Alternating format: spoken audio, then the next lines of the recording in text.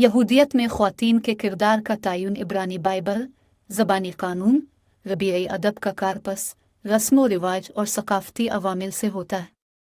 اگرچہ عبرانی بائبل اور ربیعی ادب مختلف خواتین کو بطور نمونہ ذکر کرتا ہے، مذہبی قانون مختلف حالات میں خواتین کے ساتھ مختلف سلوک کرتا ہے، جنس کا خاندانی خطوط پر اثر ہوتا ہے۔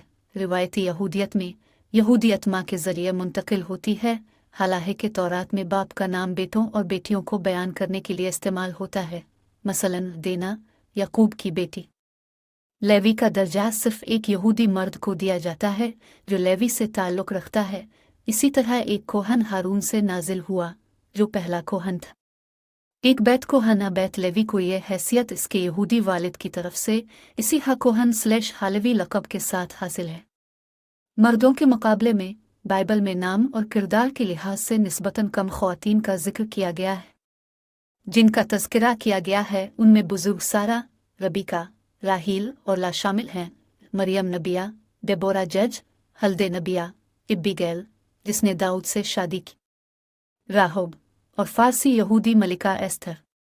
بائبل میں عورت کو ذات کو مردوں کے بنائے ہوئے طاقت کے ڈھانچے کو تباہ کرنے والا دکھایا جانا عام ہے۔ نتیجہ اکثر اس سے کہیں زیادہ منصفانہ نتیجہ ہوتا ہے جو عام حالات میں ہوتا ہے۔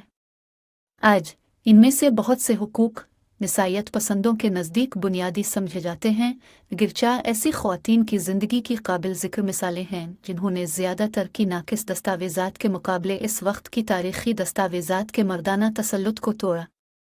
یہودی روایت کے مطابق بنی اسرائیل اور ابراہیم کے خدا کے درمیان میں کو سینہ پر ایک عہد قائم ہوا۔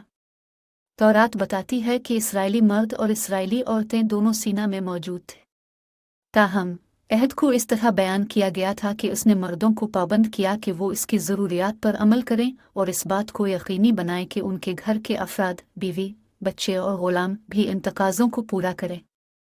اس لحاظ سے عہد نے خواتین کو بھی پابند کیا، اگرچہ بالواسطہ طور پر۔